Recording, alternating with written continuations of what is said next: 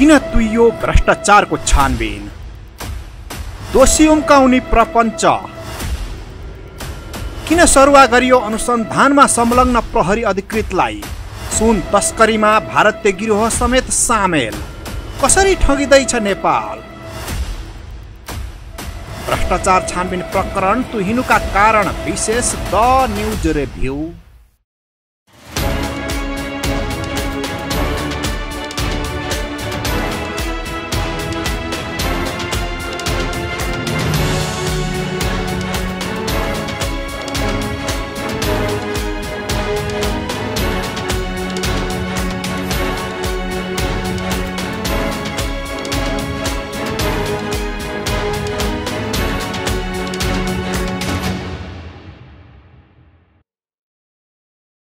नमस्कार, खास न्यूजको बहुकोणीय चिरफार गर्ने कार्यक्रम द न्यूज रिभ्यूको आजको अङ्कमा स्वागत छ। म रिचा दाहाल। दर्शकवृन्द, भ्रष्टाचार छानबिन तथा अनुसन्धानमा नेपाल प्रहरीले देखाएको तदारुकता हात्ती आयो फुस्स भन्ने उखान जस्तो हुन पुगेको छ। लैता निवास जग्गा प्रकरणमा मुख्य भूमिका निर्वाह गर्नेमाथि छानबिन नगर्ने सर्वदलीय सहमतिपछि तत्कालीन प्रधानमन्त्री माधव कुमार नेपाल र डाक्टर बाबुराम भट्टराईले उन्मुक्ति पाउनु भएको छ। भुटानी शरणार्थी प्रकरणको छानबिनमा मुख्य भूमिका निर्वाह गर्ने प्रहरी अधिकारीहरूलाई अनियन्त्रित सरुवा गरिएको छ। सुन तस्करी प्रकरणको छानबिन गरिरहेको राजस्व अनुसन्धान विभागलाई भूमिका विहीन बनाएर संदिग्ध प्रहरी अधिकृतलाई नै यो जिम्मेवारी दिएको छ। गिरिबन्धु टी स्ट्रेटको जग्गा प्रकरण, ओम्नी प्रकरण लगायतका काण्डका फाइल थन्क्याउने शर्तमा संसदको बैठक सुचारू गराउन प्रमुख प्रतिपक्षी एमाले सहमत भएको छ। यी त भए देश लुट्नका लागि भएका सर्वदलीय सहमति। यता देशको हालत झनझन चौपट भएको छ।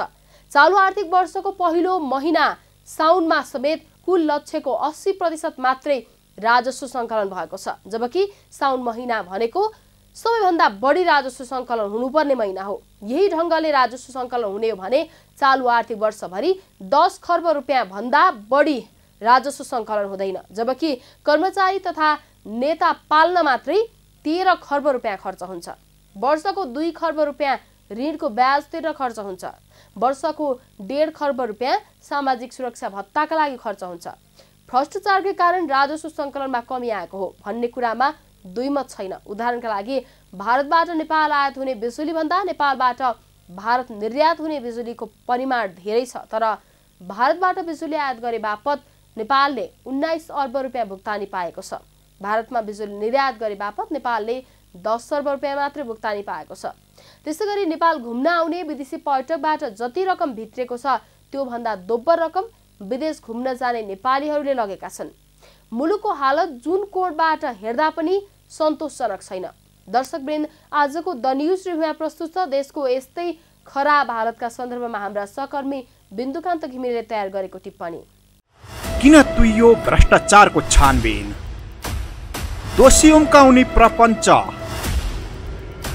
किन सरुवा गरियो अनुसन्धानमा संलग्न प्रहरी अधिकृतलाई, सुन तस्करीमा भारतीय गिरोह समेत सामेल, कसरी ठगिँदैछ नेपाल। भ्रष्टाचार छानबिन प्रकरण तुहिनुका कारण विशेष द न्यूज रिभ्यू।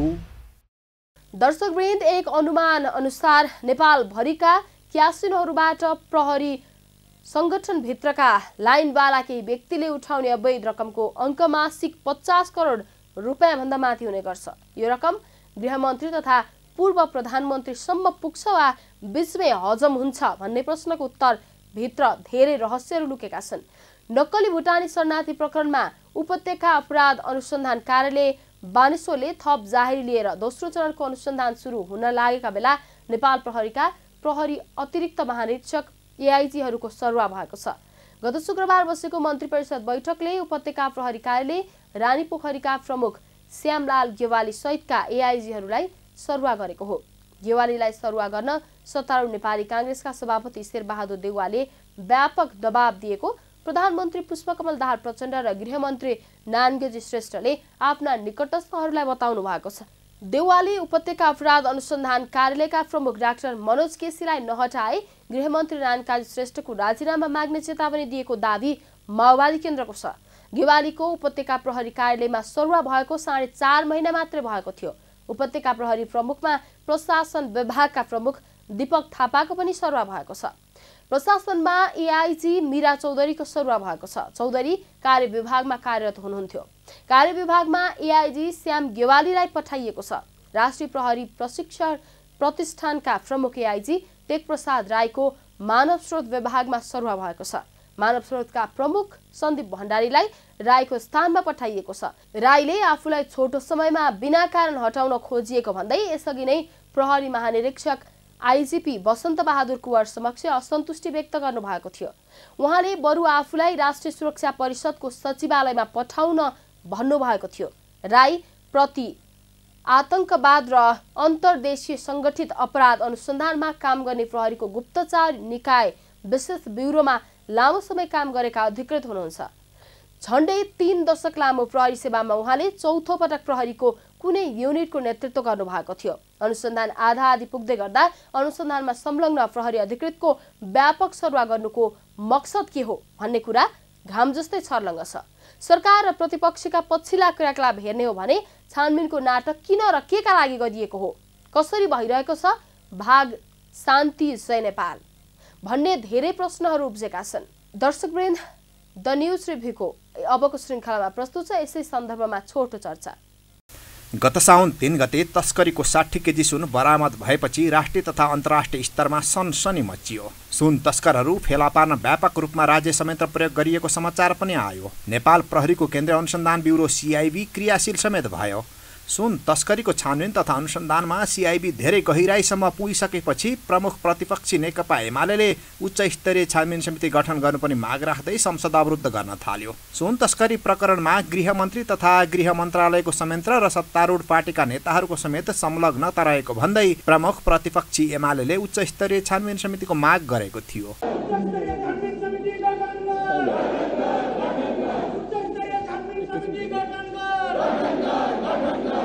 यता गृहमन्त्री नारायण काजी श्रेष्ठले भने प्रहरीले नै छानबिन गर्ने अडान लिइरहनु भयो। यही अडानका बीच 1 महिनाभन्दा बढी समय संसद अवरुद्ध भयो। सार्वभौम संसदको 1 महिनाभन्दा बढी समय खेर गइसकेपछि एमालेको माग अनुसार उच्च स्तरीय छानबिन समिति गठन गर्ने सहमति भएको छ। तर उच्च स्तरीय समितिको गठन विगतमा जस्तै अपराधी उम्काउनका लागि हुने हो या दुधको दुध पानीको पानी हुने गरी छानबिन हुन्छ भन्ने प्रश्न अझै अनुत्तरित छ। उच्च स्तरीय समितिमा कस्ता कस्ता अनुहार र पृष्ठभूमि बोकेका पात्र चयन गरिन्छ भन्ने प्रश्नको उत्तर अझै आउन सकेको छैन। यो प्रश्नको उत्तर आएपछि मात्रै तस्करहरूले उन्मुक्ति पाउने वा नपाउने विषयमा निश्चित अनुमान लगाउन सकिन्छ। अहिलेसम्मको अवस्था हेर्ने हो भने आशा गर्ने ठाउँ निकै कम छ।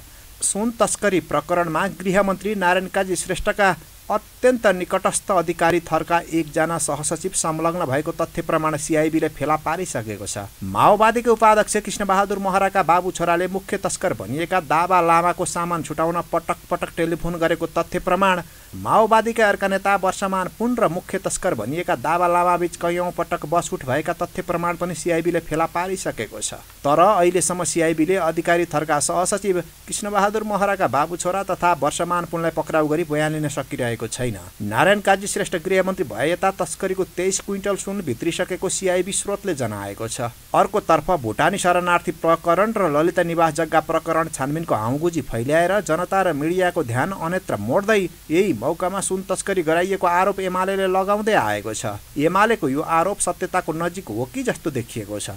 तर ललिता निवास जग्गा प्रकरण भन्दा कैयौं गुणा ठूलो गिरिबन्धु टी स्टेट प्रकरणमा भने एमालेका अध्यक्ष तथा तत्कालीन प्रधानमन्त्री केपी ओलीको संलग्नता घाम जस्तै छर्लङ्ग छ। गिरिबन्धु टी स्टेट प्रकरण अघि नबढाउने शर्तमा सबै कुरा मिलाइएको अनुमान गरिएको छ।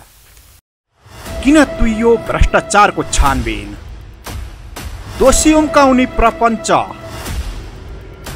किन सरुवा गरियो अनुसन्धानमा संलग्न प्रहरी अधिकृतलाई, सुन तस्करीमा भारतीय गिरोह समेत सामेल, कसरी ठगिँदैछ नेपाल, भ्रष्टाचार छानबिन प्रकरण तुहिनुका कारण विशेष द न्यूज रिभ्यू। दर्शकवृन्द, गत आर्थिक वर्ष विदेशी पर्यटकबाट नेपालले 61 अर्ब 52 करोड रुपियाँ आम्दानी गरेको छ। यो आम्दानी अघिल्लो आर्थिक वर्षको तुलनामा 80% बढी हो। तर विदेशीले नेपाल घुम्दा आउने रकम भन्दा दोब्बर रकम नेपालीले विदेश भ्रमणमा खर्च नै गरेका छन्। नेपालले गत आर्थिक वर्षमा मात्र 1,44 अर्ब रुपियाँ विदेश घुमेर सके। यसैगरी विदेशमा अध्ययन गर्न जाने नेपालीहरूले गत आर्थिक वर्ष 1,04 अर्ब रुपियाँ लगे। विदेश घुम्न जाने र पढ्न जाने नेपालीहरूले नै लैजाने रकममा हरेक वर्ष 50%ले वृद्धि हुने गरेको छ। एकातिर देशको अवस्था यस्तो छ भने अर्कातिर विदेशी मुद्राको स्रोत रेमिट्यान्स बाहेक अर्को छैन। पछिल्लो समय बिजुली निर्यातबाट विदेशी मुद्रा आर्जन गर्ने भन्दै व्यापक प्रचार गरियो। भारतमा बिजुली निर्यात हुन थालेको कर्णप्रिय खबरहरू पनि धेरै आए।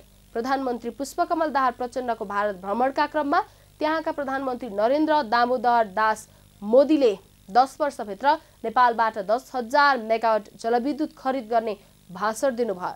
त्यो भाषणलाई प्रधानमन्त्री प्रचण्डको भारत भ्रमणको मुख्य उपलब्धि भन्दै प्रचार गरियो। तर व्यवहारमा के छ त? भारतसँगको विद्युत व्यापारको अवस्था कस्तो छ त? यही अवस्थाले निरन्तरता पायो भने नेपालको अर्थतन्त्र टाँट पल्टन कति बेर लाग्ला भन्ने तमाम प्रश्नहरू खडा भएका छन्। दर्शकवृन्द, द न्युज रिभ्यूको अबको श्रृङ्खलामा प्रस्तुत छ यिनै प्रश्नहरूको सन्दर्भमा छोटो चर्चा। नेपालले भारतसँग बिजुली खरिद बिक्रीमा प्रति युनिट करिब 3 रुपैयाँ घाटा बेहोर्ने गरेको छ। नेपालले भारतबाट सरदर प्रति युनिट 10 रुपैयाँ 62 पैसामा बिजुली किनेको छ भने सरदर 7 रुपैयाँ 74 पैसामा भारतलाई बिजुली बेचेको छ। गत आर्थिक वर्ष नेपालले भारतबाट 19 अर्ब 46 करोड रुपैयाँ भन्दा बढीको बिजुली किनेको छ भने 10 अर्ब 42 करोड रुपैयाँ बराबरको बिक्री गरेको छ। गत आर्थिक वर्ष नेपालले 19 अर्ब 46 करोड रुपैयाँ बराबरको 1 अर्ब 83 करोड युनिट बिजुली भारतबाट किनेको छ। यसैगरी नेपालबाट 10 अर्ब 42 करोड बराबरको 1 अर्ब 34 करोड युनिट बिजुली भारतमा बिक्री भएको छ। यसरी विद्युत खरिद बिक्रीमा प्राधिकरणले करिब 9 अर्ब 4 करोडको घाटा बेहोरेको छ। बिजुलीको व्यापार घाटा त सानो उदाहरण मात्रै हो। एक वर्षमा नेपालले भारतबाट करिब 15 अर्ब रुपैयाँ बराबरको वस्तु आयात गर्छ भने निर्यात 1.5 अर्ब रुपैयाँको पनि गर्दैन। त्यो 1.5 अर्बको निर्यात मध्ये पनि अधिकांश वस्तु यस्ता छन् जो भारतबाटै कच्चा पदार्थ आयात हुन्छन्। वर्षायाम सुरु भएसँगै यति बेला नेपालको करिब 150 मेगावाट बिजुली उपभोग हुन नसकेर खेर गइरहेको छ। बिजुली उत्पादन बढ्ने क्रममा छ। निर्यातको अनुमति जम्मा 452 मेगावाट मात्रै पाएको छ। यसपालि पनि करिब 1000 मेगावाट बिजुली बर्खायाममा खेर जाने स्थिति छ। तर 10,000 मेगावाट बिजुली आयात गर्ने भनेको भारतले 2 वर्षदेखि हाम्रो बिजुली लिदेऊ भनिएको 18वटा आयोजनाका करिब 1550 मेगावाटको अनुमति भनी थाँती राखेको छ। हाम्रा राजनीतिक दलका नेताहरू मुलुकको आर्थिक उन्नति र नागरिकको समृद्धितर्फ रत्तिभर गम्भीर छैनन्। यिनले तलब भत्ता खाएकै छन्, महँगा गाडी चढेकै छन्, महलमा बसेकै छन्, छोराछोरी विदेशमा पढाएकै छन्, त्यसमाथि बेला बेला भ्रष्टाचार गर्न पाएका छन्। यस्ता नेताहरूले किसानले उब्जाएको धानले बजार पायो पाएन, गोलभेडा सडकमा फालियो कि बेचियो लगायतका विषय हेर्दैनन्। अर्थमन्त्रीले कृषिको बजेट कटौती गर्छन्, त्यो पनि लम्पी स्किमले महामारी रूप लिएर लागेको बेला। अनि मन्त्रालयका मन्त्रीहरू आफ्नो मन्त्रालयले गर्नुपर्ने काम, नीति र कार्यक्रम के छन् पढ्दैनन्। केमा कमिसन आउँछ भन्नेमा मात्र ध्यान भइसकेपछि व्यापार घाटा नबढेर निर्यात बढ्छ त? किन तुइयो भ्रष्टाचारको छानबिन? दोषी उम्काउने प्रपञ्च। किन सरुवा गरियो अनुसन्धानमा संलग्न प्रहरी अधिकृतलाई? सुन तस्करीमा भारतीय गिरोह समेत सामेल। कसरी ठगिँदैछ नेपाल? भ्रष्टाचार छानबिन प्रकरण तुहिनुका कारण विशेष द न्युज रिभ्यू। दर्शकवृन्द, हाम्रो देशमा भ्रष्टाचार व्याप्त छ तर देशभित्र उत्पादन छैन। युवाहरूले विदेशमा रगत र पसिना बगाएर रकम भित्र्याउँछन्। त्यही रकममा सत्तासीनहरूले भ्रष्टाचार र मोजमस्ती गरिरहेका छन्। पहिलो कुरा त नेपालमा रोजगारीको ठूलो समस्या छ। दोस्रो कुरा, परिवारका सबै सदस्यले रोजगारीको अवसर पाउने सम्भावना दुर्लभ छ। एउटा सदस्यले रोजगारी गरेर परिवारका बाँकी सदस्य पाल्नुपर्ने बाध्यता छ। तर सरकारले न्यूनतम पारिश्रमिक तोकिदिएको छ, मासिक 17,000 रुपियाँ। एउटा परिवारमा बाबुआमा र छोराछोरी गरी 4 जना सदस्य हुन्छन्। बाबुआमा दुवैको रोजगारी छ भने छोराछोरीको पालनपोषण तथा शिक्षा दीक्षा सहज हुन्छ। होइन भने अहिले निर्धारण गरिएको न्यूनतम पारिश्रमिकले हातमुख जोड्न समेत पुग्दैन। 4 जनाको परिवारमा मासिक 17,000 रुपियाँ मात्रै आम्दानी हुनु भनेको सिधै गरिबको रेखामुनि भासिनु हो। गरिबहरूका लागि श्रम नै एकमात्र सम्पत्ति हो। जब श्रम गर्ने ठाउँ हुँदैन, श्रमको मूल्य ज्यादै कम हुन्छ भने गरिब झन्झन गरिब हुँदै जान्छ। गरिबले कहिल्यै आफ्नो अवस्था र जीवनस्तर सुधार्न सक्दैन। जबसम्म रोजगारी र पारिश्रमिकलाई सँगसँगै वृद्धि गर्न सकिन्न तबसम्म गरिब हटाउन सकिँदैन। पछिल्ला वर्षहरूमा श्रम बेच्ने बजार निकै फराकिलो बन्दै गएको छ। नेपाली युवाहरू विश्वका 165 देशमा श्रम बेच्न पुगिसकेको तथ्याङ्क छ। त्यसैले न्यूनतम मासिक 17,000 पारिश्रमिक उपलब्ध गराउन आनाकानी गर्नेहरूले आफूलाई रोजगारदाताको सूचीमा नराख्नु नै बेस हुन्छ। नेपाली युवाहरू रोजगारीमा गएका देशहरूमध्ये सबैभन्दा न्यूनतम पारिश्रमिक निर्धारण भएको देश मलेसिया हो, जहाँको न्यूनतम पारिश्रमिक मासिक 47,000 रुपियाँ छ। अन्तर्राष्ट्रिय क्षेत्रमा श्रम बिक्री हुनुअघि अर्थात् सन् 1990 मा 49% नेपाली बहुआयामिक गरिबीको रेखामुनि रहेकोमा सन् 2023 मा बहुआयामिक गरिबीको रेखामुनि रहेको जनसङ्ख्या घटेर 15% मा झरेको छ। न्यूनतम पारिश्रमिक नै 2 लाख रुपियाँ भन्दा बढी भएका अमेरिका, जापान, दक्षिण कोरिया, अस्ट्रेलिया लगायत विभिन्न युरोपेली देशहरूमा काम गर्ने जाने नेपालीहरूको संख्या हरेक वर्ष बढिरहेको छ। यही अवस्था रहेमा भोलि मासिक 50,000 रुपियाँ तलब दिन्छु भन्दा पनि श्रमिक नपाइने अवस्था बन्न सक्छ। अहिले मासिक 17,000 दिन समेत आनाकानी गरेर युवाहरूलाई विदेशी न बाध्य बनाउनुको मूल्य भोलि आफ्नो व्यवसाय बन्द गरेर चुकाउनु पर्ने हुन सक्छ भन्ने कुरामा उद्योगी व्यवसायहरूले पनि ध्यान दिनु जरुरी छ। दर्शकवृन्द, द न्यूज रिभ्यूको अबको श्रृङ्खलामा प्रस्तुत छ गरिब वर्गको रगत र पसिनामा धनी वर्गले कसरी होली खेलिरहेको छ भन्ने सन्दर्भमा छोटो चर्चा। पर्यटक बनेर विदेश घुम्न जाने, विदेशमा पढ्न जाने नेपालीहरूले वार्षिक 3 खर्ब रुपियाँ लैजाने गरेको तथ्याङ्क छ। भारत घुम्न जाने, भारत पढ्न जाने र भारतमा स्वास्थ्य उपचार गर्न जानेहरूले लगेको रकम भने यो तथ्याङ्कमा समावेश गरिएको छैन। मोटामोटी हिसाब गर्दा गत आर्थिक वर्ष विदेशी पर्यटक तथा विदेशमा वस्तु निर्यात बापत जति डलर आम्दानी भयो त्योभन्दा धेरै डलर विदेश घुम्न जाने, अध्ययन गर्न जाने र स्वास्थ्य उपचार गर्न जानेहरूले लगेको स्पष्ट हुन्छ। गत आर्थिक वर्ष मात्रै करिब 17 खर्ब रुपियाँ बराबरको वस्तु आयात हाम्रो देशले गरेको छ। यो 17 खर्ब मध्ये पनि आधा भन्दा बढी वस्तुहरू अत्यावश्यकीय होइनन्, विलासिताका वस्तुहरू हुन्। विलासिताका वस्तु उपभोग गर्ने भनेको पनि धनी वर्गले नै हो। विलासिताको वस्तु उपभोग गर्नु, विदेशमा घुम्न जानु, पढ्न भन्दै जानु, स्वास्थ्य उपचार भन्दै विदेश जानु भनेको मोजमस्ती नै हो। धनी वर्गले गर्ने मोजमस्तीका लागि विदेशी मुद्राको जोहो कसरी भइरहेको छ त भन्ने प्रश्नको उत्तर खोज्ने हो भने निकै कहाली लाग्दो अवस्था छ। गत आर्थिक वर्ष वैदेशिक रोजगारीमा जानेको संख्या 40% घटेको तथ्याङ्क छ, जसका कारण रेमिटेन्समा अत्याधिक वृद्धि भएको छ। आर्थिक वर्ष 78-79 मा 10 खर्ब 7 अर्ब रुपियाँ रेमिटेन्स भित्रिएकोमा गत आर्थिक वर्ष 12 खर्ब 20 अर्ब रुपियाँ भित्रिएको छ। रेमिटेन्सकै कारण मुलुकको भुक्तानी सन्तुलन 2 खर्ब 90 अर्ब रुपियाँले धनात्मक छ। गत वर्ष शोधान्तर 2 खर्ब 55 अर्बले नकारात्मक थियो। विदेशी मुद्राको सञ्चिति 15 खर्ब 39 अर्ब रुपियाँ पुगेको छ। यस्तो सञ्चितिले अहिलेकै दरका आयात भएमा 10 महिनाको वस्तु तथा सेवाको आयात धान्न पर्याप्त हुन्छ। तर विदेशमा रगत र पसिना बेची देश चलाइरहेका युवाहरू र तिनका परिवारको हालत कम्ती कहाली लाग्दो छैन। उनीहरूले पठाएको रकममा भ्रष्टाचारीहरूले गरिरहेको मोजमस्ती पनि कम दर्दनाक छैन। भ्रष्टाचारका लागि राष्ट्रिय सहमति हुने मुलुकका रूपमा हाम्रो देश अन्तर्राष्ट्रिय जगतमा बदनाम भएको छ। किन तुइयो भ्रष्टाचारको छानबिन, दोषी उम्काउने प्रपञ्च, किन सरुवा गरियो अनुसन्धानमा संलग्न प्रहरी अधिकृतलाई, सुन तस्करीमा भारतीय गिरोह समेत सामेल, कसरी ठगिँदैछ नेपाल, भ्रष्टाचार छानबिन प्रकरण तुहिनुका कारण विशेष द न्यूज रिभ्यू। दर्शकवृन्द, हाम्रो संविधानमा समाजवाद उन्मुख शब्द लेखिएको छ। कम्युनिस्टहरूको दबावमा संविधानमै समाजवाद उन्मुख शब्द राखिएको हो। समाजवाद भनेको समाजको तल्लो वर्गको हितमा गरिने शासन व्यवस्था हो। धनी वर्गबाट कर लिएर गरिब वर्गलाई राहत दिने शासन पद्धतिलाई नै समाजवाद भनिन्छ। तर नेपालमा भने घडीको सुई उल्टो रूपमा बगिरहेको छ। गरिब वर्गको थप शोषण गर्दै धनी वर्गलाई राहत दिने परिपाटीले हाम्रो देशमा निरन्तरता पाइरहेको छ। विगत 30 वर्षको अवधिलाई हेर्ने हो भने अपवाद बाहेक कम्युनिस्ट पार्टीहरू नै सत्तामा छन्। धनी वर्गसँग प्रशस्त कर लिएर तल्लो वर्गलाई भरपूर सुविधा दिइरहेका अमेरिका, बेलायत लगायतका देशहरूलाई पुँजीवादी भन्दै अनेक थरी जागरण प्रयोग गरेर गाली बर्साउन नेपालका कम्युनिस्ट शासकहरू थाक्दैनन्। तर आफ्नो शासनमा भने गरिब वर्गको शोषण गरेर धनी वर्ग पोस्ने र धनी वर्गसँग कमिसन लिएर मोज मस्ती गर्ने प्रवृत्तिलाई निरन्तरता दिएका छन्। लाज घिन केही पनि बाँकी छैन। उदाहरणका लागि वैदेशिक रोजगारीमा जाने भनेका गरिब युवाहरू हुन्। उनीहरूको रगत पसिनाको कमाइले नै मुलुक चलिरहेको छ भन्ने कुरामा कहीँ कतै दुविधा छैन। तर उनीहरूका परिवार सधैँ पीडित छन्, ठगिएका छन्, काला व्यापारीहरूको शोषणमा परेका छन्। मुलुकको धनी वर्गले गरिरहेको मोजमस्ती तिनै गरिब युवाहरूले रगत पसिनाबाट साटेर ल्याएको विदेशी मुद्रा हो। हाम्रो देशका व्यापारी व्यवसायीहरू फस्टाएको तिनै युवाहरूले विदेशबाट पठाएको रकमले हो। तर तिनै व्यापारी व्यवसायहरू रोजगारदाताका रूपमा राज्यद्वारा सम्मानको जीवनयापन गरिरहेका छन्, श्रमजीवी वर्गको शोषण गरिरहेका छन्, जसले सरकारले निर्धारण गरेको मासिक 17,000 रुपियाँ न्यूनतम पारिश्रमिकको पनि विरोध गरेका छन्। दर्शकवृन्द, द न्युज रिभ्यूका आजको प्रसङ्ग यति नै। तपाईँ न्युज नेपाल टेलिभिजनको प्रसारण युट्युब र फेसबुकमा पनि प्रत्यक्ष हेर्न सक्नुहुनेछ।